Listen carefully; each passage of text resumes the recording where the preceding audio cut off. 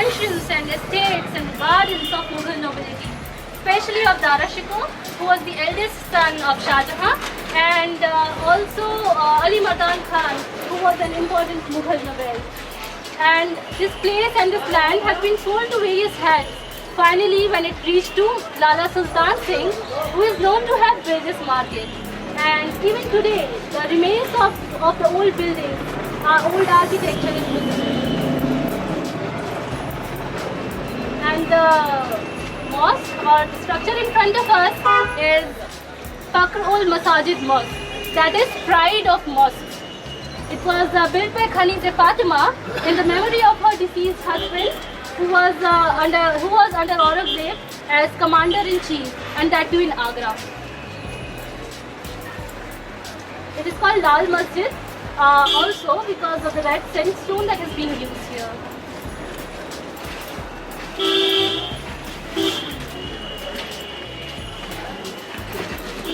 Right in front of us is one of the old buildings of Hindu College, which is one of the most popular colleges of Delhi University today, and we will be discussing about it once we move to St. Stephen College. Come on.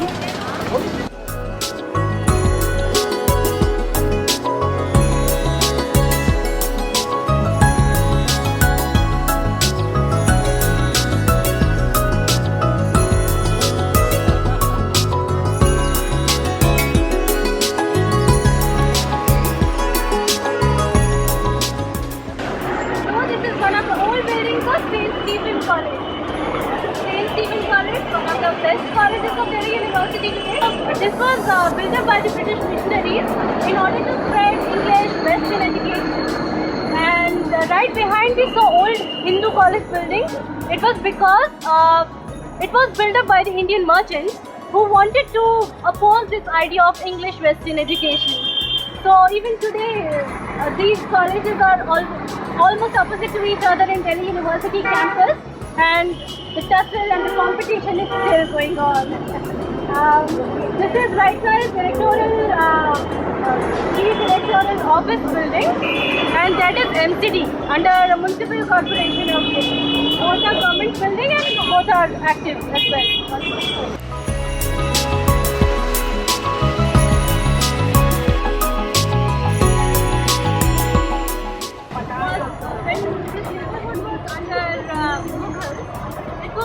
It had various gardens, various lands and mansions reserved for Mughal nobility.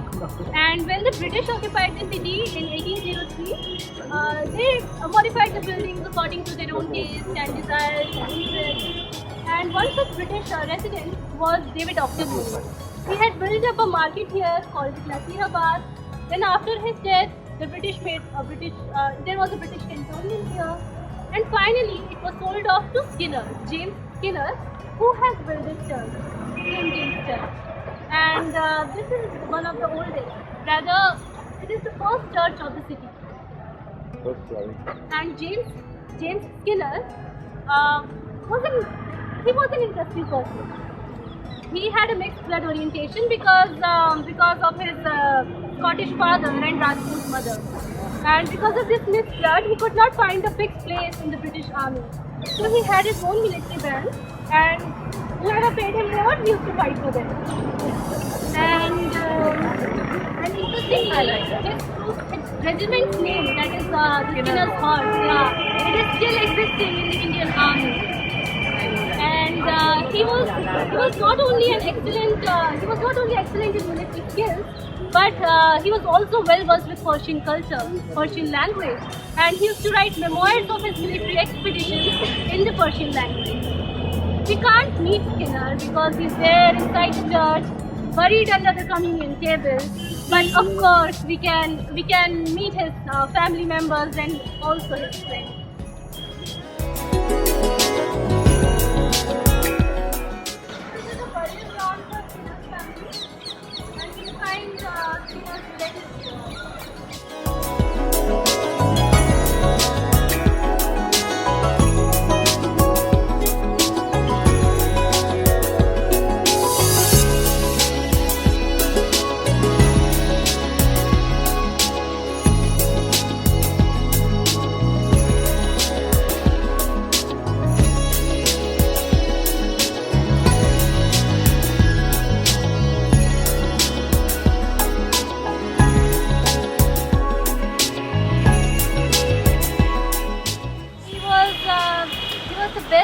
of James Skinner, and he is William Fraser. He was a British resident around 1830s in Delhi, and in a very short while we'll be moving to his bungalow as well. But before we do that, let's understand the situation, or let's understand the significance of this church during the revolt. So, as I said, that all the British symbols or the British symbols of power were threatened by the Indian soldiers, Indian sepoys, and so this was also threatened by them. The movables, the furniture, the glass slabs were just stolen away, some were broken, and a field hospital and a canteen was established inside the church to facilitate the needs of the revolt.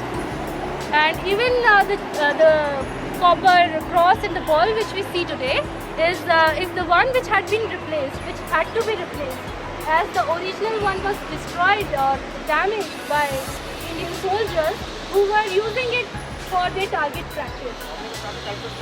So this was about the church and about James Skinner and his family and friends.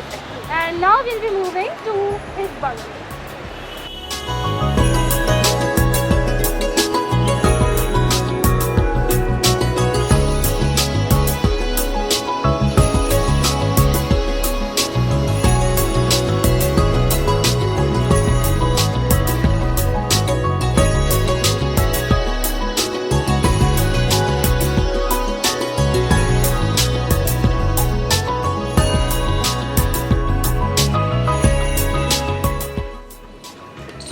Dara Shikoh's library, and the passage we are taking is the university campus. This itself is a sort of a historic place, because whenever a new university comes up, it establishes itself here. Then when it gets its own building, it needs the place so that a new university can come up. So this place is shared by various universities and has been shared in the past as well. Even IIT Delhi was once here, now it is in Hauz Khas.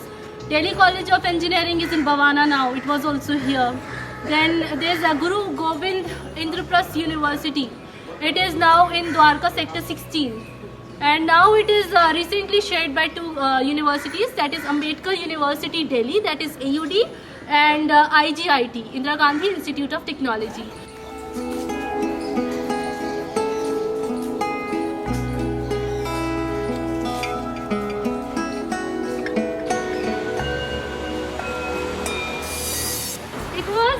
Library of Dara Shikoh, who was the eldest son of Shah Jahan, and also it was residence of Ali Mardan Khan, who was again an important noble of Mughal court, in the Mughal court. Now Dara Shikoh was the favorite son of Shah Jahan, and when Shah Jahan was alive, he had declared him to be his rightful successor.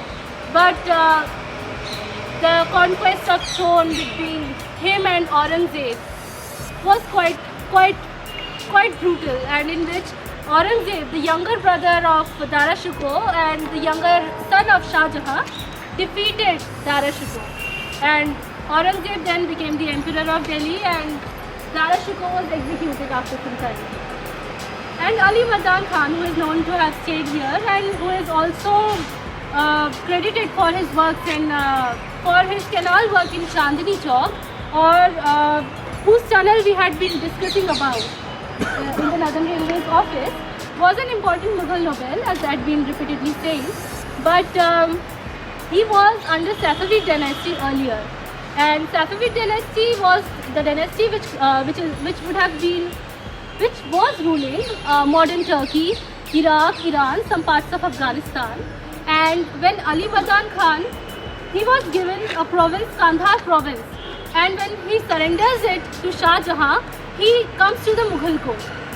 And once he comes to the Mughal court, he is awarded with titles like Lord of the Lords. He was heading troops of about 7,000 army men.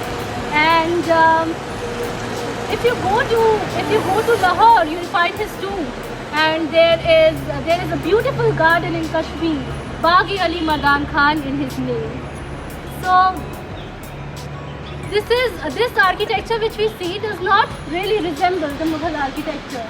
It is because it was built up in this way by the British president David Auchinleck, who was the first British president coming to Delhi.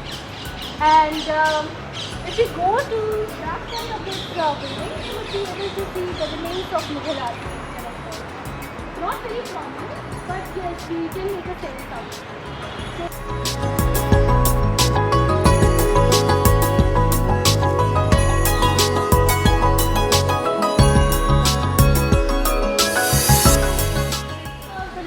Dara Shikoh Library, on which the British President David Auchinleck built his residence.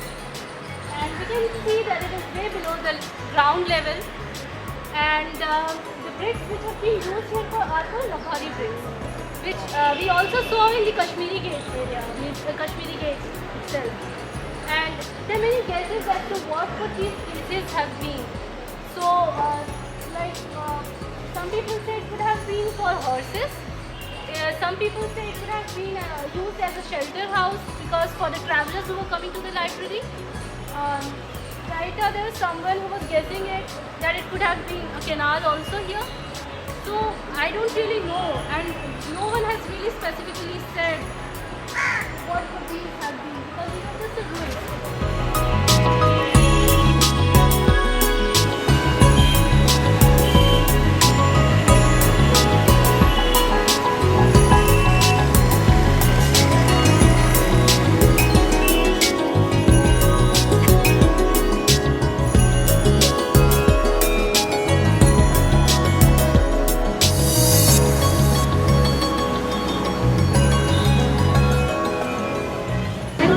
The complete environment seems to be in complete chaos and confusion.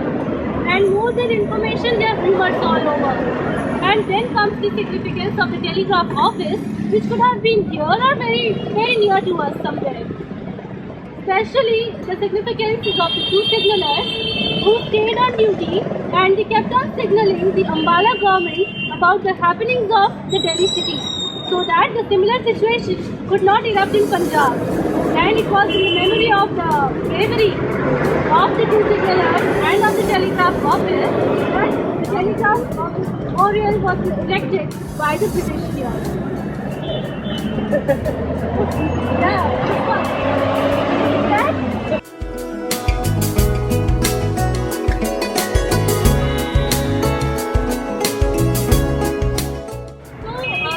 All type of weapons, British weapons and artillery, but before it could fall in the hands of Indian soldiers, the British threw it away. And one of the reasons for the suppression of the 1857 mutiny was that the Indian rebels did not have good weaponry. So maybe then its significance could be understood from this fact. And the British have. There is an inscription which British have put in the memory of the bravery of these British officials who had known and sacrificed their lives. And if we move to the right side of the magazine, we would find another inscription which is put up by the Indian government. And if we will move, we'll be able to get why these two inscriptions and what was the psychology or what was going behind the mind of Indian government and the British government when they put it up.